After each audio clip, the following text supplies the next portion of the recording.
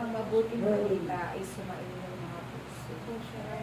Ang hindi nakakikilala at hindi nananalig sa Diyos, kailanman ay hindi mauunawaan ang ginawa ng Diyos na pagliligtas.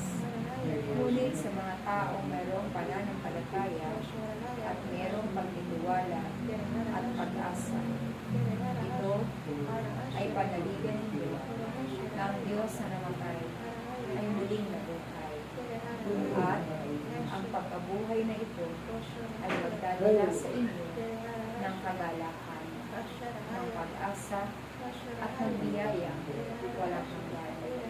Kaya't kayo na mga pinili ng Diyos, huwag kayong huminto hanggang pagdating ng Diyos upang hatulan ang sanlibutan.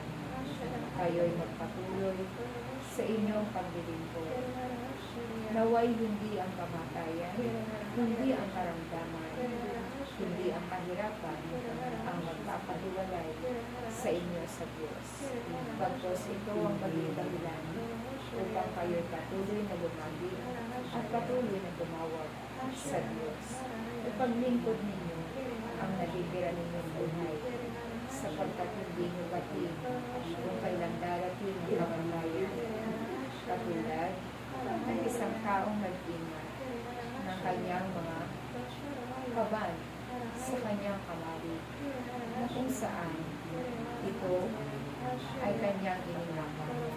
Ngunit ito na pala ang huli niyang pag-iingat, sapagkat sa kinabukasan siya'y mawawala ng buhay.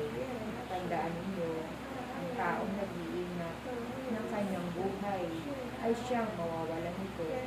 Ngunit ang taong nag-aalay ng kanyang buhay, ng kanyang sarili, alang-alang sa pagsunod sa mabuting balita, ay siyang magkakaroon nito. At iyan ang katotohanan, at walang nasasaad sa banal na kasulatan na hindi magaganap sa inyong buhay. Kaya't aking mga anak, kayong mga tagasunod ay magpatuloy sa inyong paglilingkod, at huwag kayong matakot sa mga pag-uusi na darating, sapagkat ang lingkod ng Diyos ay patuloy na nakatatanggap ng pag-uusi. Ngunit magpakatibay kayo at magpakatatag kayo, sapagkat makakamit ng isang taong matapat ang tagumpay hanggang sa buhay na walang hanggan. Kaya't aking mga anak, patuloy kayong magmahalan at patuloy kayong magkaisa. Patuloy kayong magkaunawaan at huwag kayong magkabahabahagi sa bawat gawain na inilalahad sa inyo ng Diyos, sapagkat dito kayo matututo.